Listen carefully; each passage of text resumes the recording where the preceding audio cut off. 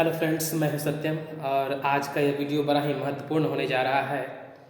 जैसा कि आप सभी को पता होगा कि यह वीडियो किस संदर्भ में बनाया जा रहा है।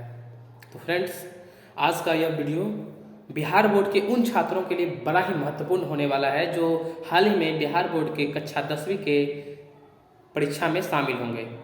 तो उन सभी छात्रों के लिए बड़ा ही महत्वपूर्ण होने जा रहा है और ख़ासकर यह वीडियो हम एक बड़ा ही महत्वपूर्ण प्रमेय पर बनाने जा रहे हैं। यह प्रमेय है पाइथागोरस प्रमेय। जी हाँ फ्रेंड्स, पाइथागोरस प्रमेय जिसका संबंध समकोण त्रिभुज पर आधारित होता है ना। और बहुत ही महत्वपूर्ण प्रमेय है ये, जिसका हम अभी स्टेप बाय स्टेप इस प्रमेय को हम साबित करेंगे कि यह किस प्रकार यह प्रमेय सिद्ध होता है। यह प्रमेय जो है समकोण त्रिभुज पर आधारित है और इस प्रमेय में यह बताया गया है कि जैसा कि आप देख भी रहे होंगे क्या बताया गया है कि यह जो प्रमेय है वो समकोण त्रिभुज में बताया गया है कि समकोण त्रिभुज में जो कर्ण का वर्ग होता है वो अन्य दो भुजाओं के वर्गों के योगफल के बराबर होता है। तो इस प्रमेय को शुरू करने से पहले कई सारी चीज़ें जो है इनमें आएंगी। जैसा कि आप सभी को हमने समरूपता के बारे में बता दिया है। अगर आपने वो वीडियो नहीं देखे होंगे तो वो देख सकते हैं, हमारे YouTube चैनल पर अपलोड किए जा चुके हैं। साथ ही हम इस प्रमेय में यह जानेंगे कि यह प्रमेय किस प्रकार सिद्ध किया जाता है। तो आइए स्टेप बाय स्टेप इस प्रमेय को हम सिद्ध करते हैं बहुत ही सरल भाषा में और बहुत ही आसान तरीका से।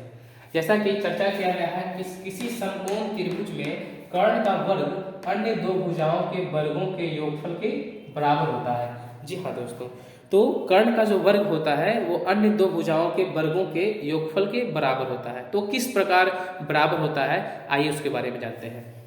जैसा कि चर्चा किया गया है समकोण त्रिभुज के बारे में, तो आइए हम समकोण त्रिभुज लेते हैं।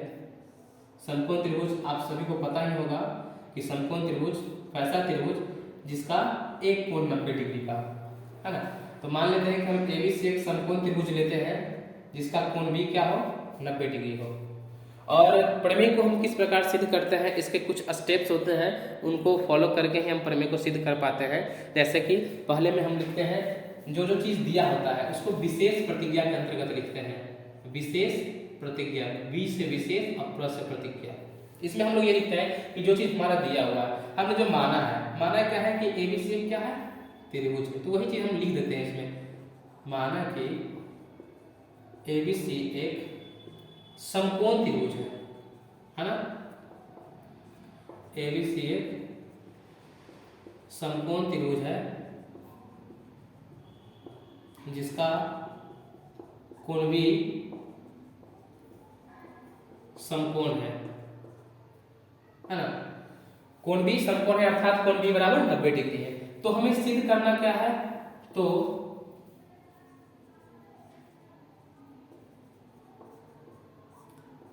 सिद्ध करना है कि क्या सिद्ध करना है कि कर्ण का जो वर्ग होता है वो अन्य दो भुजाओं के वर्गों के योगफल के बराबर होता है। यहाँ ये नहीं कहा गया कि ये लंब है ये आधार है, क्योंकि समकोण त्रिभुज में ये नहीं बताया जाता है कि ऊपर जो रेखा होती है वो लंब होती है और नीचे पड़ी रेखा जो होती है वो आधार होती है। कोई भी लंब और कोई भी आधार हो सकता है।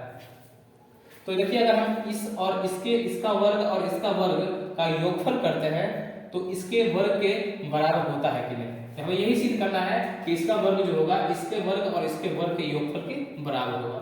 यानी ये क्या है, side A B square plus ये जो साइड है बी सी स्क्वायर और इसका जो वर्ग होगा वो ए सी स्क्वायर के बराबर होगा। ये हमें सिद्ध करना है। तो हमने बताया था कि प्रमेय को सिद्ध करने के लिए विशेष प्रतिज्ञा, उसके बाद आते हैं कुछ जो सिद्ध करना होता है उनको लिखते हैं और उसके बाद अगर रचना की आवश्यकता पड़े तो देते हैं, नहीं तो नहीं देते हैं। तो आइए रचना की आवश्यकता यहाँ पड़ती है तो रचना हम ले लेते हैं। इसको कंस्ट्रक्शंस बोलते हैं। रचना में हम लोग क्या करते हैं कि रचना में करते हैं कि जो समकोण वाला जो शीर्ष होता है, कोण बी का जो शीर्ष है उससे सामने वाली भुजा जो कर्ण है उस पर लंब डालते हैं। यानी बी से क्या करते हैं, लंब डालते हैं ए सी पर, हाँ लंब डालते हैं, फिर डी मान लिए है ना। और उसी बात को हम लिख देते हैं है ना, सेंटेंस बनाकर लिखते हैं कि हमने समकोण शीर्ष बी से समकोण शीर्ष बी से कर्ण ए सी पर लंब डाला। है ना। अब रचना के बाद स्टेप आता है कि अगर हम इससे सिद्ध कर रहे हैं तो इसे सिद्ध किस प्रकार करना है, इसके लिए कोई तो सबूत चाहिए ना, कोई प्रूफ चाहिए। तो हाँ, इसे सिद्ध करने के लिए हम कुछ प्रूफ पेश करेंगे जिसके आधार पर हम कह सकेंगे कि समकोण त्रिभुज में कर्ण का जो वर्ग होता है वो अन्य दो भुजाओं के वर्गों के योगफल के बराबर होता है। तो आइए प्रूफ कुछ लेते हैं। प्रूफ को हम हिंदी में बोलते हैं प्रमाण, इसे ही प्रूफ बोलते हैं। आइए तो प्रूफ में हम क्या लेंगे, हम प्रूफ में सबसे पहले दो त्रिभुज को लेंगे। जैसा कि आप लोग समरूपता के बारे में जान चुके होंगे, क्योंकि समरूपता के बारे में हमने पिछली वीडियो में बताया था। अगर आपने वो वीडियो नहीं देखा है तो वो वीडियो आप देख सकते हैं। तो वही समरूपता के बारे में किस तरह दो त्रिभुज समरूप होते हैं। पहले हम लेंगे त्रिभुज एबीसी, त्रिभुज एबीसी एवं त्रिभुज एडीबी, इन दो त्रिभुज में हम आते हैं और जानते हैं कि दोनों त्रिभुज में क्या क्या जो कॉन्ग्रुएंसी जो दोनों त्रिभुज समरूप होंगे वो किस आधार पर होंगे, उसके आधार पर हम जानते हैं कैसे। जैसे अगर हम त्रिभुज एबीसी लेते हैं तो एबीसी में और त्रिभुज एडीबी में देखते हैं क्या क्या समानता है। ये कोण ए जो है वो त्रिभुज एबीसी में भी दिख रहा होगा और त्रिभुज एडीबी में भी दिख रहा होगा, यानी ये दोनों, ये जो कोण ए है वो उभयनिष्ठ है दोनों त्रिभुज के लिए। फिर त्रिभुज एबीसी में कोण एबीसी जो है 90 डिग्री है, तो इस त्रिभुज में कोण एडीबी जो है ये 90 डिग्री है। और फिर त्रिभुज एबीसी में ये कोण सी है, तो इस त्रिभुज के लिए ये कोण, यानी इस त्रिभुज के लिए ये कोण बराबर है, इस त्रिभुज के लिए ये कोण और ये कोण बराबर है, और ये दोनों उभयनिष्ठ है। तो आइए त्रिभुज एबीसी में लेते हैं कि कोण ए बराबर कोण ए, क्योंकि ये दोनों क्या है, उभयनिष्ठ है।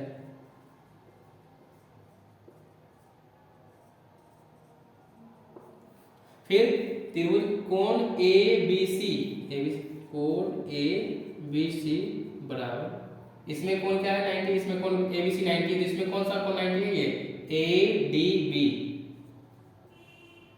ए डी बी, ये दोनों क्या है, बराबर है। क्यों, क्योंकि दोनों 90 डिग्री है ना। ऐसे के दो कोण अगर बराबर है तो को समरूपता से हम दोनों त्रिभुज को समरूप कर सकते हैं, क्योंकि दो त्रिभुज, अगर दो त्रिभुज की कोई दो कोण बराबर हो तो तीसरा कोण ऑटोमेटिक बराबर ही हो जाते हैं। तो कैसे, जैसे ये दोनों, ये कोण दोनों में बराबर है, ये कोण और ये कोण बराबर, तो ये कोण और ये कोण बराबर है, यानी कोण एबीसी, त्रिभुज एबीसी में कोण एसीबी बराबर कोण एबीडी। ठीक है, तो तीन कोण तो एक त्रिभुज के तीन कोण दूसरे त्रिभुज के संगत तीन कोण के बराबर है, यानी त्रिभुज जो होगा को समरूपता, यानी एंगल एंगल एंगल समरूपता, सिमिलरिटी से क्या होंगे, दोनों त्रिभुज क्या होंगे, समरूप होंगे। त्रिभुज ए बी सी समरूप त्रिभुज ए डी बी, ये दोनों त्रिभुज क्या होंगे, समरूप होंगे, बड़ा वाला त्रिभुज और ये छोटा वाला त्रिभुज। अब जब दो त्रिभुज समरूप होते हैं तो होता यह है कि उनकी संगत भुजाएं एक ही अनुपात में होती है। तो आइए त्रिभुज एबीसी और त्रिभुज एडीबी दोनों समरूप है, तो यानी इसकी संगत भुजाएं हमें सिद्ध करना है ए बी स्क्वायर। तो अगर त्रिभुज एबीसी की भुजा ए बी लेते हैं तो त्रिभुज एडीबी का कौन सा भुजा एक ही अनुपात में होगी, तो त्रिभुज AB जो है बड़ी भुजा में, त्रिभुज ABC में जो भुजा AB है वो किसके सामने है, कोण C के सामने है, और कोण C यानी ACB के सामने है। तो AC छोटी भुजा में ACB कौन सा है कोण है, ACB बराबर ABD, यानी ABD यानी इस कोण के बराबर है। बड़ी भुजा में इस कोण के सामने AB, तो छोटी भुजा में इस कोण के सामने AD, यानी AB बटा AD बराबर। चूंकि हमको ए बी स्क्वायर करना है तो तिरछा गुना करेंगे, तो यहाँ भी ए बी होना बहुत जरूरी है, तभी ये दोनों ए बी स्क्वायर हो सकता है। तो हमने छोटी भुजा में अगर ए बी लिया है, छोटी भुजा में ए बी, इस त्रिभुज में ए बी लिया है, यानी 90 के सामने ए बी है, तो इस त्रिभुज में 90 के सामने क्या होगा, बड़ा त्रिभुज में ए सी, यानी ए सी कर लिया। चलिए अब दोनों को तिरछी गुना करते हैं, इससे इसको और इससे इसको, यहाँ ए बी गुने ए बी स्क्वायर हो जाएगा बराबर, और यहाँ AD गुने AC हो जाएगा, AD गुना AC, और इसको हम इक्वेशन 1 मान लेंगे। ठीक है, फिर अब यही प्रोसेस को हम त्रिभुज ABC और त्रिभुज BDC में दोहराएंगे।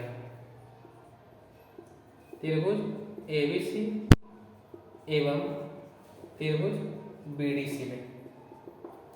तो क्या हम देखेंगे कि त्रिभुज ABC में, अब हम देखते हैं त्रिभुज ABC में क्या देखेंगे कि त्रिभुज ABC में कोण ये 90 है, तो ये BDC में 90 कौन है, ये BDC, यानी कोण ABC और कोण BDC दोनों बराबर है क्योंकि ये दोनों 90 डिग्री।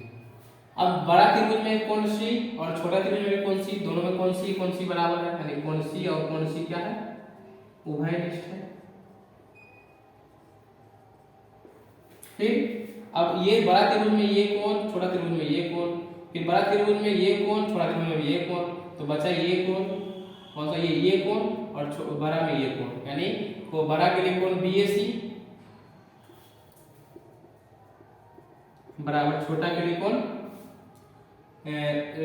DBC, दोनों बराबर होंगे। तो ये दोनों त्रिभुज में भी तीनों कोण क्या संगत, तीनों कोण बराबर है, अतः ए सिमिलरिटी से, समरूपता से क्या होंगे, दोनों त्रिभुज के जब दोनों त्रिभुज समरूप हो गए यानी कि संगत भुजाएं जो होंगी एक ही अनुपात में होंगी, यानी बड़े वाले त्रिभुज में अगर हम लेते हैं इस त्रिभुज में, त्रिभुज ABC में अगर हम लेते हैं BC, त्रिभुज ABC में लेते हैं BC, तो ये BC कोण A के बराबर है ना, कोण BAC के बराबर है BC। तो छोटा त्रिभुज में कोण BAC कौन है भाई, BAC के बराबर कौन है, DBC, यानी इसके सामने ये भुजा, ये कोण है, ये कोण के सामने वाला भुजा DC, तो BC बटा DC हो गया। अच्छा, क्योंकि हमको BC स्क्वायर भी करना है तो BC के सामने BC से गुना होगा तभी तो, यानी छोटा त्रिभुज में अगर हम DBC ले गए, BC ले गए, तो इसमें भी BC लेना पड़ेगा हमें।